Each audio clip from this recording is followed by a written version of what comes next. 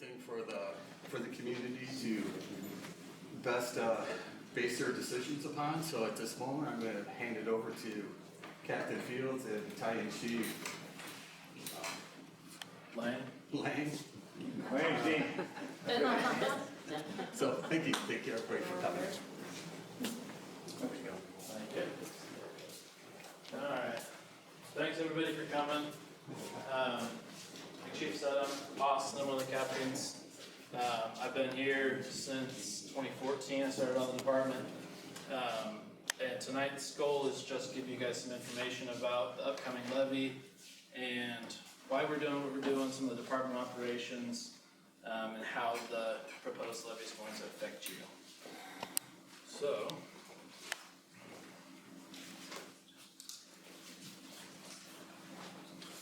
we'll be doing an overview. Some of the, like I said, operations. We'll explain the on-call system. Some of the rural EMS challenges that we face, funding structures, and proposed budget increase.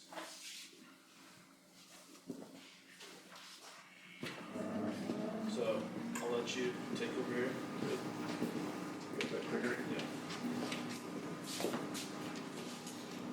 Hi everybody, thanks for coming. My name is Dean Lang. I'm a volunteer here like the rest of us. And I came from Washington State where I retired from the fire service over there. And came over to Garden Valley and promptly joined the fire department here. So some of the things that we do at this fire department, naturally we do fire suppression. That's kind of a no-brainer. You're no stranger to the wildfire response area.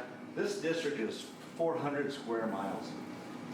Get a thought on how big that is. That's a big district, right? And so we have a big responsibility for the fire scene. I'm going to come back for the EMS case because that's part of why we're here tonight. Motor vehicle accident response. We go all the way to milepost 84.5 on Highway 55 and all the way down to 74, all the way to Pine Flats. This is a big area, like I said. And we do a lot of car wrecks in the summer because, as you know, we get a whole lot of folks that come in from Boise, and all the campers and the kayakers and all the recreation folks. We also do swift water and rope rescue. Those are mentionable because those take a lot of training, and then those fall into what we call the high risk, low frequency kind of stuff, and that's typically where people get really hurt, right? It's stuff that's got a high impact if you screw something up, but we don't do it so often that we ever get to be experts at it. So that's always, when you look at risk-benefit analysis, that the frequency and the risk level is always a big part of what we look at. Going back to EMS, as you know, we had an ambulance service here in 2015. They left. And they didn't leave because they were making a ton of money. Let's put it that way, right? Companies don't leave areas if they're making a bunch of bucks. So we ended up inheriting that thing 11 years ago. EMS for this department is no different than any department across the country. It's 86, 90% of our call volume have some kind of an EMS related component to that. Whether that's Mr. Smith having a heart attack or a car wreck, there's always a medical component to what we do. And so when that got kind of dumped on Garden Valley Fire back in 15, that added a ton of responsibility and time commitment for our fire department.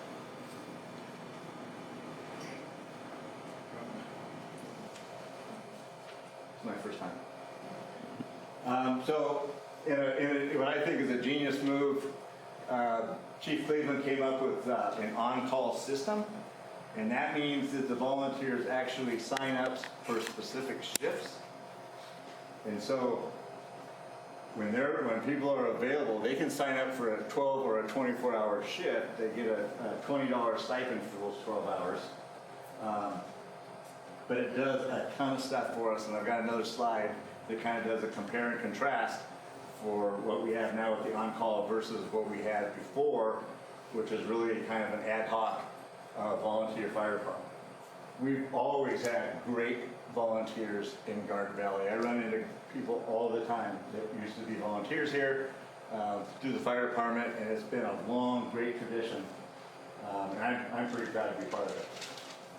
And also define some minimum staffing targets. We know certain kinds of emergencies require X amount of folks, right? We don't send people by themselves on a fire truck. We know we've got to staff an ambulance with two. And so having a defined staffing plan where we have folks that sign up for a shift, we know who's on duty, right? We've got that, we can make a plan, and then we can respond quickly and way more efficiently than we ever could before. The last thing that the on-call staffing model creates is a duty officer. That person is the supervisor for the shift, and that person has a lot of duties. From when that roster comes out, that duty officer is going to make a game plan, no different than any sports team or anything else. Hey, you guys are going to be my ambulance crew. You're going to be my engineer. We need a company officer on that engine. We have all these different placeholders that we need, right? Because not everybody knows how to do everything. Not everybody in our fire department knows how to run those big fire pumps yet. We're always striving for that, but like every volunteer department on the planet, we have a turnover that just kind of never ends, right? So the other thing that duty officer does is that person takes home, you've probably seen mostly Austin and Chief run around in the supervisor rigs, the red rigs, and the blue rig, the Tahoes. So when we have a duty officer, that duty officer takes that vehicle home. And so when that call comes out, that duty officer can put on the clothes and respond to that heart attack or whatever immediately, versus the volunteers that wake up, gotta drive to the station, then get in the ambulance and drive to the emergency. So you can see that duty officer is gonna be there way faster, right? So that stops that clock and starts that intervention way, way faster. And the duty officer just does a ton of stuff for us. Before we had an on-call system, like I said, we've always been a strong volunteer community. But the volunteer availability, it's going to vary by day, right? Young folks that are building families, where are they at during the day? They're working, right? Just like you did when you were 25 years old.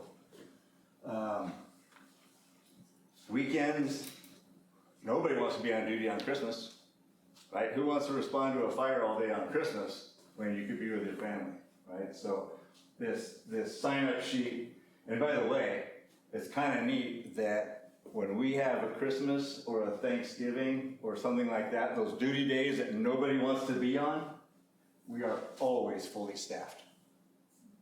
That's the commitment of the volunteers in this community. It's truly fantastic. We are always staffed. In the old systems, response crews assembled after they got a dispatch. So what that created was you could get 4 people, none of them are EMTs. We have to be licensed EMTs to go treat Mrs. Smith and start working on getting her better or transported. We can't just, right? And that EMT certification is about 110 hours just to be able to sit down and take that test. That's still a lot of time.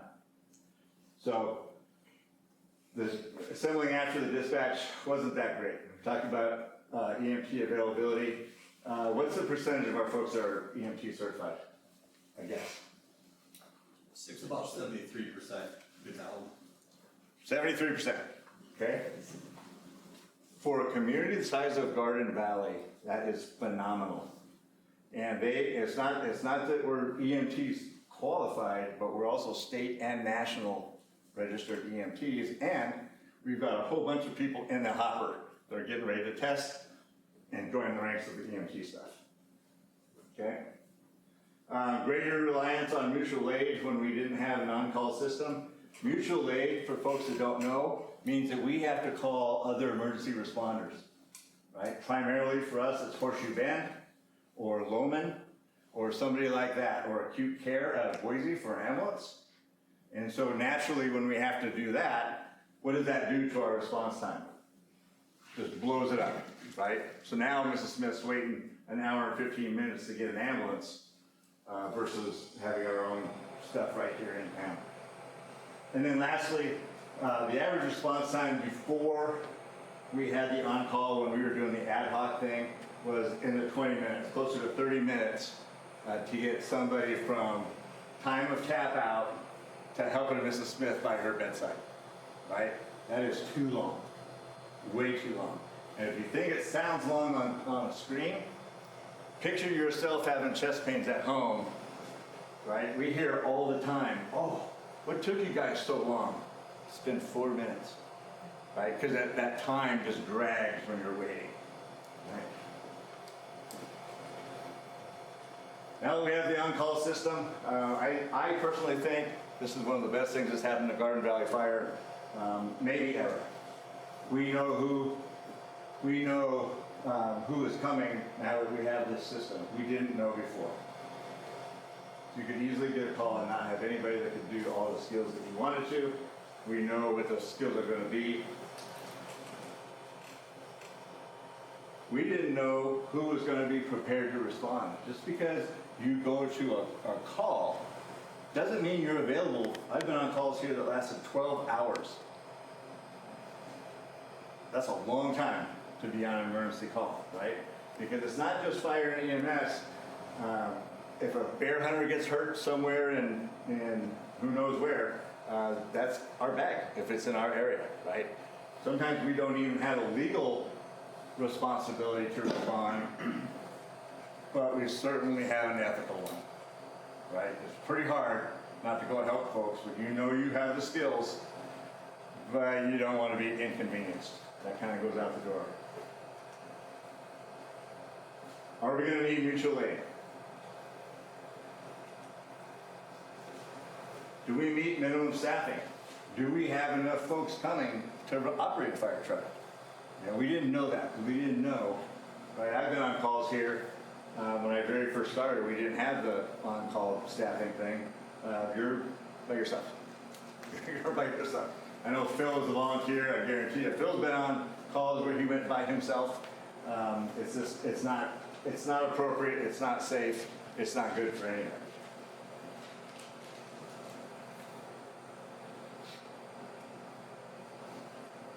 Do we have a plan with or without other responders? Sometimes it's hard to make a plan if you don't have the folks, right?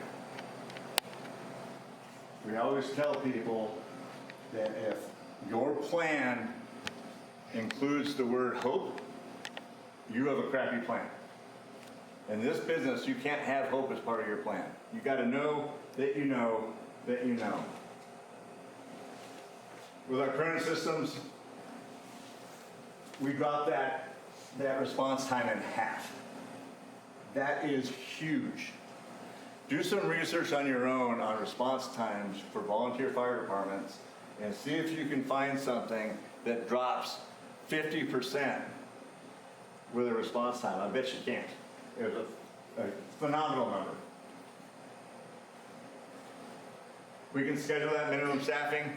When I get that staffing thing and I'm the duty officer, I can say, okay, hey, I don't have an engineer. I don't have somebody that can run this fire pump if we need to do that. And so I can put out a message to the group and say, hey, I need an engineer. And then, like I said, we have some phenomenal volunteers in this organization. Somebody always steps up. That wasn't planning on being on duty. Maybe that person was planning on going fishing or whatever they're going to do. They drop what they're doing because we have to have a solid plan. We have a dedicated staff to respond. You could say, hey, if you're a volunteer, you should always be ready. It's a different deal. When you sign up to be on duty, right? No different than what I did for a career.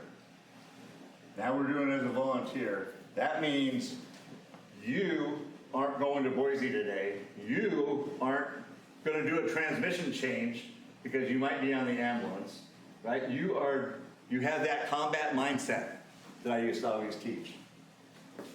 And when you go to bed, you have your boots and stuff, Remember the old school firehouse scenes where everybody had their boots and stuff right there by their bed?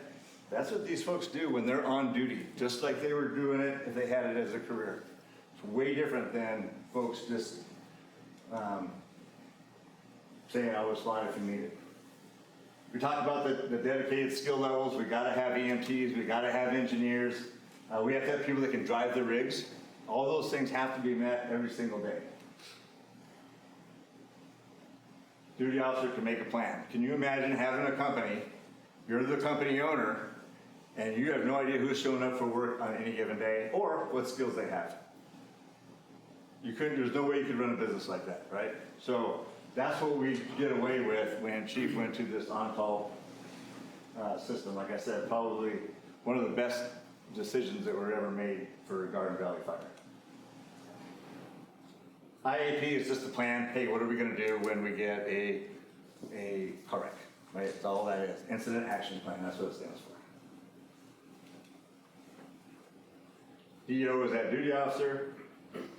We can predict issues, right? If we don't have people that fill those scenarios, some days we don't get a full staff, right? And so I was just teaching some classes over in Burley, and some of the folks from Horseshoe Bend were there, and they all went to school except for one person.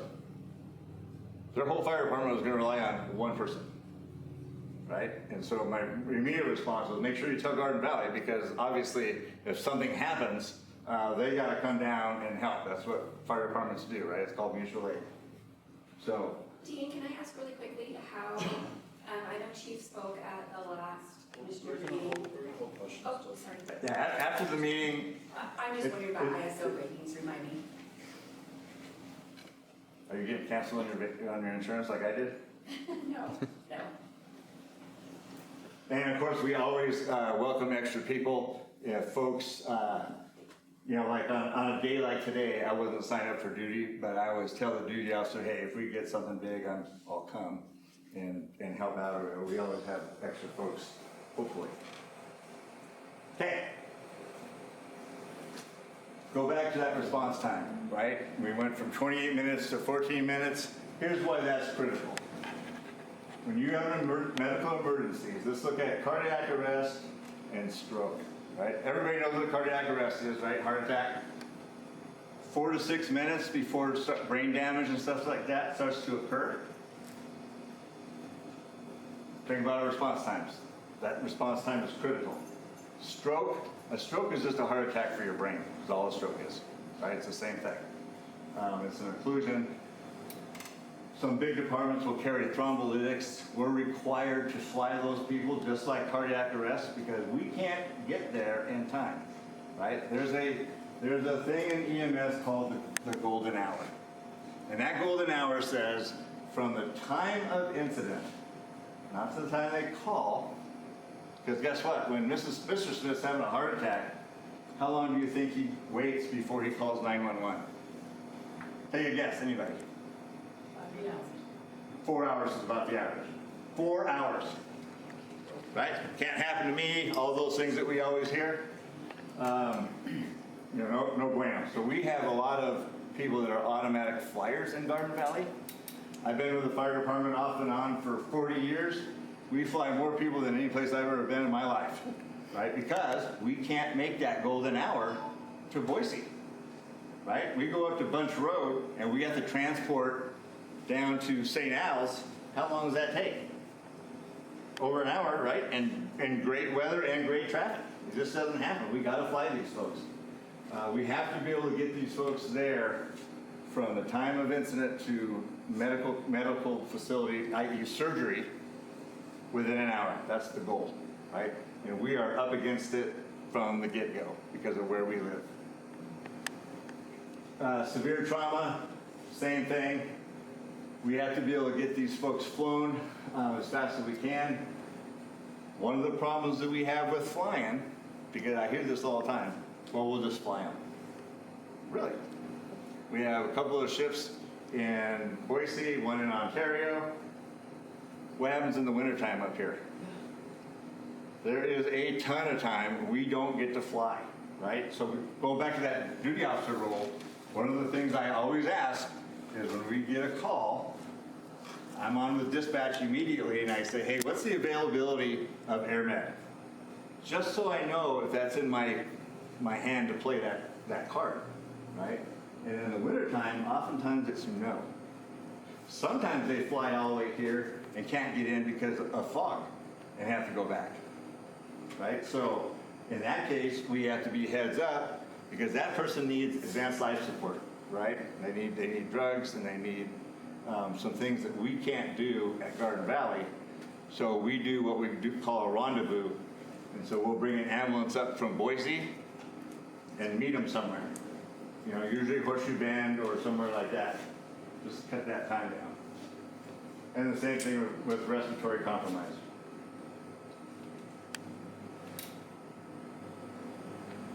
The state of Idaho, weirdly enough, don't consider EMS as a priority service, central service. But we do, right? It's definitely the life-saving interventions. It may be the only life-saving interventions that folks get up here, right? We picked to live here mostly because it's just so beautiful, right? We love watching the critters and the mountains and all that stuff. The price we pay is we don't have an engine every city block that has a paramedic on it. We don't have any of that stuff, right? And so we have to be, I always tell our guys, we don't get to call a second alarm to get, you know, more engines, more ladder trucks and stuff like that. We have to be better immediately and make good decisions immediately because our decisions, like where I came from, you could screw up a little bit. You got a lot of people coming to help you. Here, nobody's coming. Nobody's coming. So we have to make good choices. Naturally, we have higher mortality risks. We can't make that golden hour, right? Unless we can get somebody flown, we can get there and plug the big holes. We got folks that can start IVs, get some fluid going. But we can't beat that golden hour on any kind of consistent basis. And the geographic and infrastructure, we talked about the mountains and the rivers and the valleys and all the stuff that we do. By the way, I showed you that one slide that showed all the different things we do, the rope rescue and all that kind of stuff. Remember that one? There's only like 6 volunteer fire departments in the state of Idaho that does all those things that Garden Valley does. Pretty tremendous. It's pretty tremendous. And then infrastructure, man, I'm telling you, I am always frustrated with our radio systems. We live in the mountains, right? So everything is VHS, which is line of sight radio communications. And guess what? When you're in the mountains, you don't got very good line of sight. So communications are tough, really tough up here. And so a lot of the things that we do, we're kind of doing on our own. And we have to have good decision makers. We spend a lot of time training at Garden Valley, a ton of time training. And we have a lot of time training our company officers because they have to make good decisions.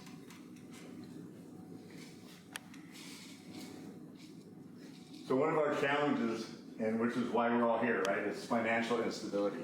Again, Crouch Ambulance didn't leave because they were making so much money they couldn't stand themselves, right? Private ambulance is a rough go. It is a rough go. It's hard to fund. You don't know who's going to pay. You got Medicare, you got Medicaid, you're fighting the insurance companies. It's just a rough go. And just trying to get any company to come up and do that kind of stuff. We're not getting flooded with offers to do ambulance service, let's put it that way. Workforce shortages, like we said, you know, the young folks are out doing life, man, they're working. That leaves a bunch of old guys like myself to help, you know, try to do this thing. The other key piece here is that, did you know that the fire department is the most trusted profession in the country? We don't need warrants, sorry. We're the only folks that can go into people's houses and do all this stuff. Nobody else gets to do that. #1 trusted profession every time they do a big poll, right? Guess who's last? Lawyer, no, not police. You say that when we got a cop back here? Lawyers, right?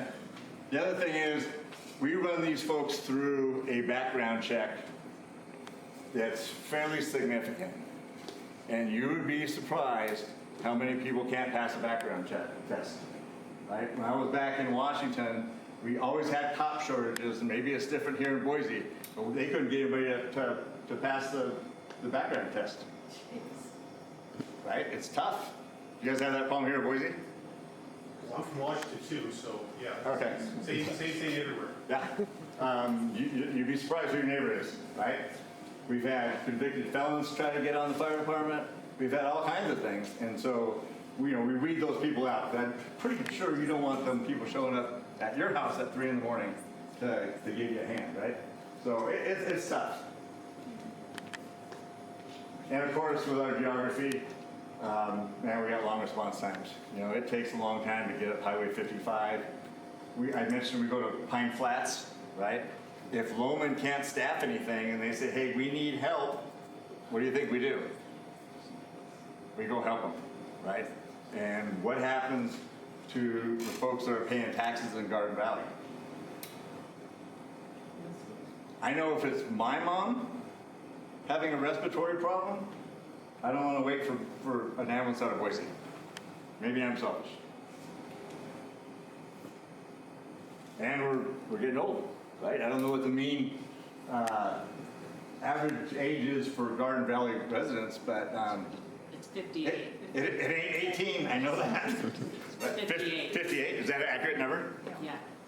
I believe it, right? So, it's a tough deal, right? So, I'm really glad that you guys came to this thing to talk about the fire department, because this affects us all more and more as we get older, right?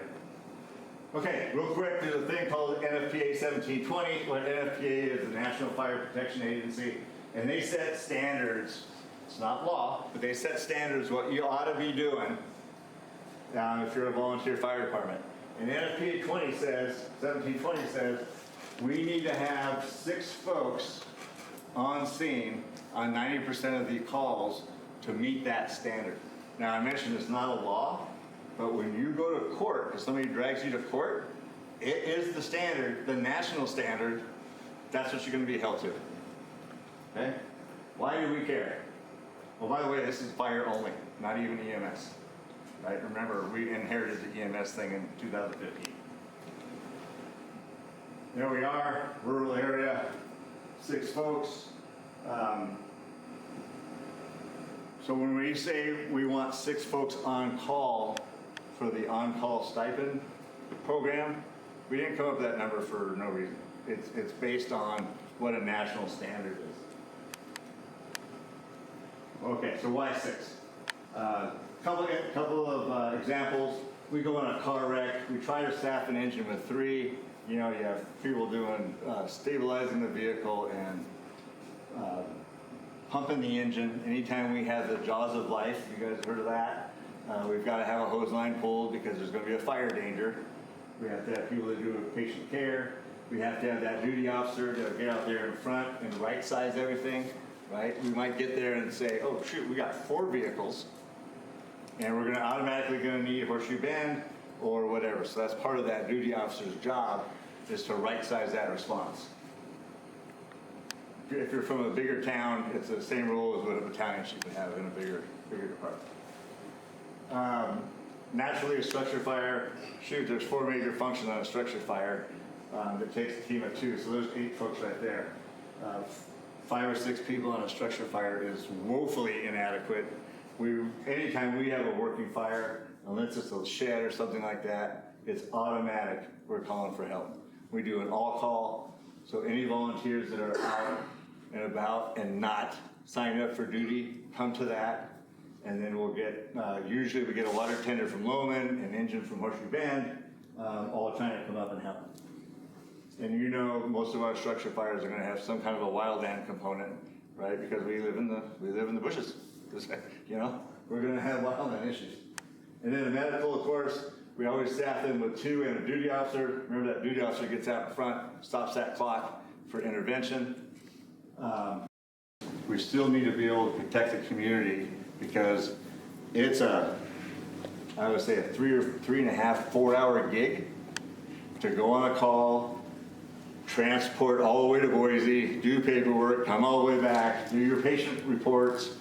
We still have to be, guess what? People still call 911 even when that medic one's gone. So we gotta be ready to go for that.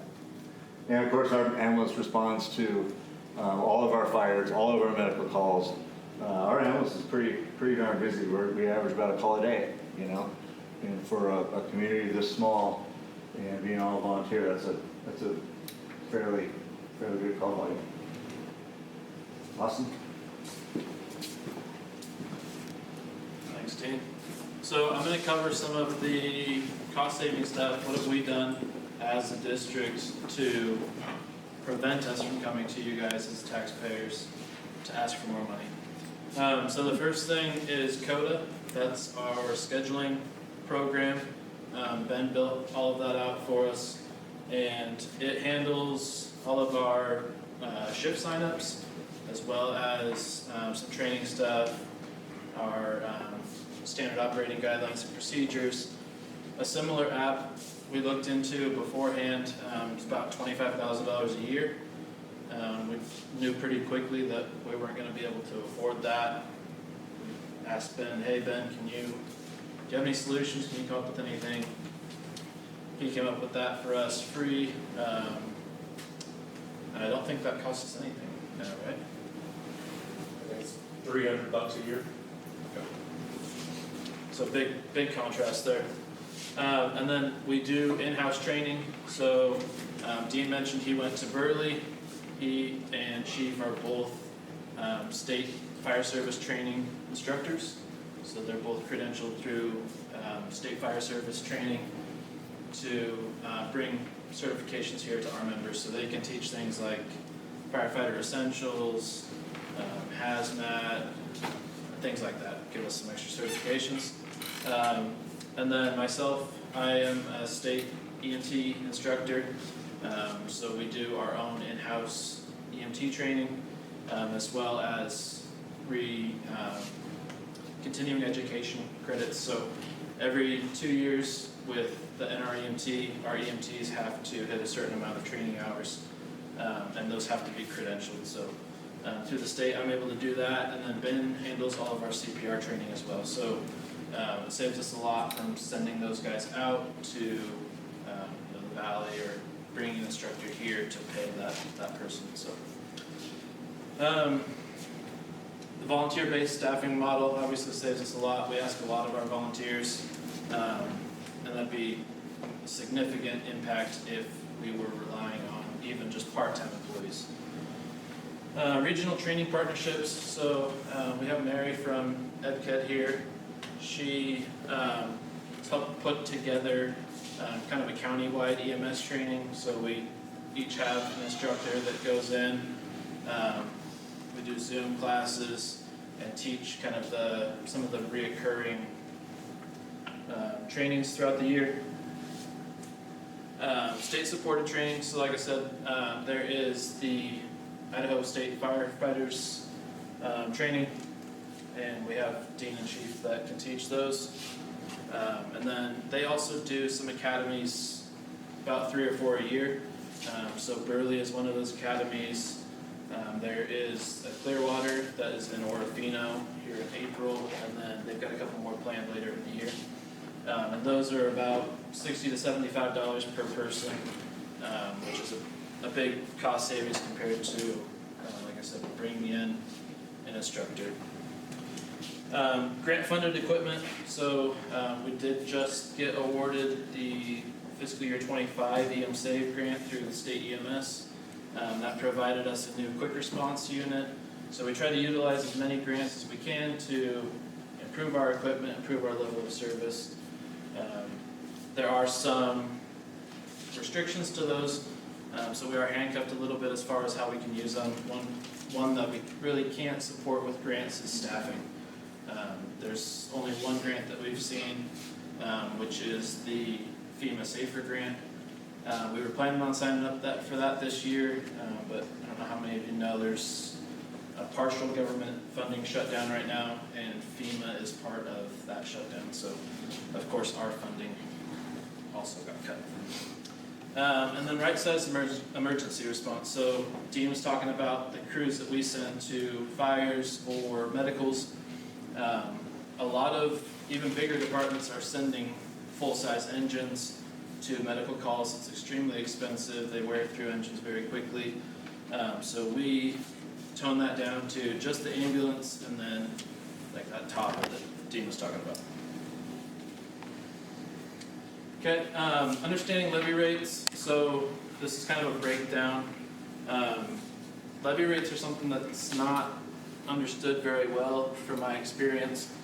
So we want to go through them and you guys kind of explain them a little bit better. So levy rates are set per 100,000 of assessed value. So for every 100,000 your home is assessed at, you're going to pay a certain percentage to all taxes. Us, for most of you, the library, the school, some of those things like that.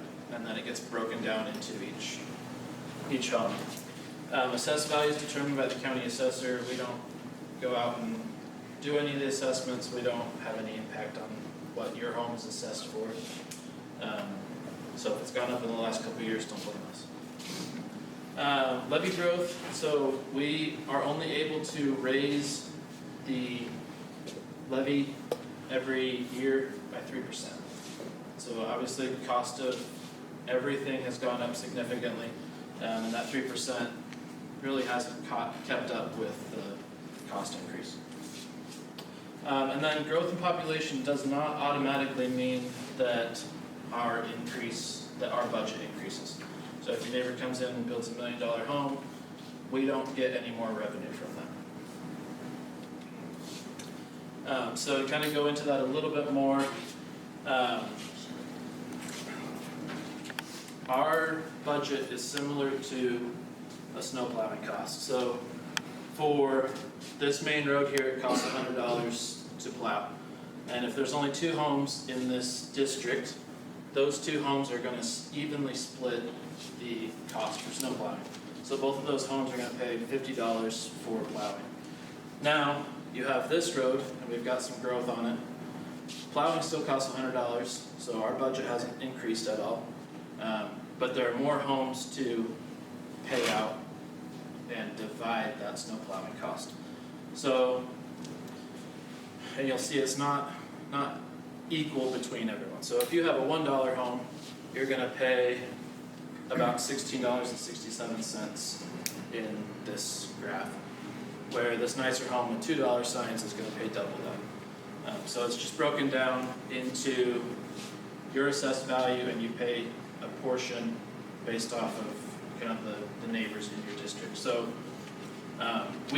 our service is still $100. We have the same budget here with all of these homes as we did with just these 2. So obviously the growth in our community we've all seen, that impacts us directly.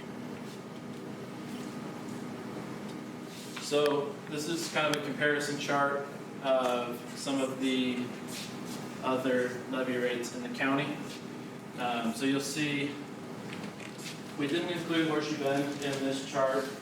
We couldn't find out exactly what they're paying for an EMS service because their city pays for it, so it's kind of convoluted. But it is worth mentioning that Horseshoe Bend has a really hard time staffing their ambulances. It's about 20-25% of the time that their own ambulance is getting out. So every time State Con gets a 911 call saying, hey, I have a medical, they're dispatching acute from Boise, and that's $400 charge every time that happens. So you see our current levy is at $29.43 compared to even just the fire rate. So this is the fire rate.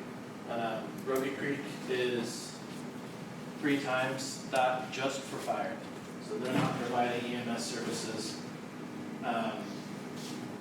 Even Eagle Fire, Eagle's providing services to the Avamore area, so they are technically in Boise County, but even their combined rate is over 3 times what we're charging for the same service.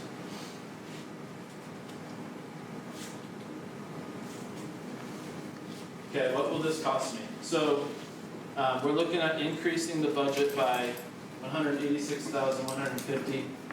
That's just to cover the on-call system. So give the stipends to these volunteers that are coming up, signing for shifts, and making themselves available to respond to your incident. The estimated impact is this fancy number times your assessed value is what your projected increase will be. So the average home in Garden Valley is about $550,000. So for that home, it's going to be an estimated increase of $85 per year, or about $7 per month. And then on our website, you can also view this levy calculator, and I'll leave that up at the end. You can log in there, enter your own home value. It will kick out what the increase to your assessed value is, what the combined rate will be, and it's also pretty cool. It'll give you this chart based off of your assessed value. So it would show if you have a $550,000 home in Roby Creek, what that would cost you compared to Garden Valley. Okay, so what happens if the levy doesn't pass? So we're really going to have to get down into the nitty-gritty with what are we providing for operations still without that extra funding, because we do expect some things to happen with that. We do expect reduced coverage and staffing with less stipend. We're now asking the volunteers to dedicate a bunch of their own money and their own time to come up and provide this service. So we try to offset that with a stipend as much as we can, so that they're just dedicating their time, not so much volunteering, both their time and money. Increased reliance on mutual aid. So if we do lose some volunteers, our shift sign-up's not as good. We may be needing to use mutual aid more frequently. And like Dean said, that's kind of hit or miss. Horseshoe Bend's running about 20-25% of the time. So that could mean that even acute is coming out from Boise, which would be a pretty extended transport time. And then reduction in extra services. So we talked about the rope rescue, swift water rescue. Those are kind of the 2 big ones. We do have a lot of that, and those are really do or die, life or death situations. So it's an area that we try to cover as best we can because we want to be able to save those lives. But it is one of the first things that will have to go in order to try to keep that EMS transport as long as we can. Obviously, our objective, we want to provide sustainable emergency services. So we want to provide that as long as possible. But we have to be realistic with that, and that has to align with what we have available to us as far as volunteers and what they're willing to do and capable of doing. Okay, so in the back of the room, McPherson's going to be over here at the tax calculations table. That one, other one. You can go in and have him plug in your assessed value. You can kind of see how that's going to calculate for yourself. And he can answer kind of some of the tax questions that you may have, how it works. And then Chief and Dean, one of the commissioners, will be back there to talk about operations too. So if you have questions about operations, why we're doing things the way we are, questions about the on-call system, they can help you with that. And then in the future, we have this email address, and I'll leave this chapter up. Feel free to email us. The office is open Monday through Friday, roughly 8 to 5, depending on calls. You can call us. We have a Facebook page that we're putting out some info on, so we've got a frequently asked questions list on there, and we'll post our future events on there as well. Visit our website. We keep the same thing there. Any commissioner meetings, agendas, some of the just levy information that we're coming out. will be posted there as well. And then you can also access that tax calculator there on our website as well to calculate for yourself. We don't have set dates yet, but we are planning on trying to do a couple more of these events at probably the community church as well as the school. So if you have a neighbor that you want to invite, have them pay attention or give us a call here in the next few days, and we'll get some dates and times set for the future events so we can let them know what this is all about as well. So thank you for coming. Really appreciate your time. Those guys in the back will be ready for you if you have any questions, but thank you for coming. Appreciate it. How can we see the money? Right here, back in the back.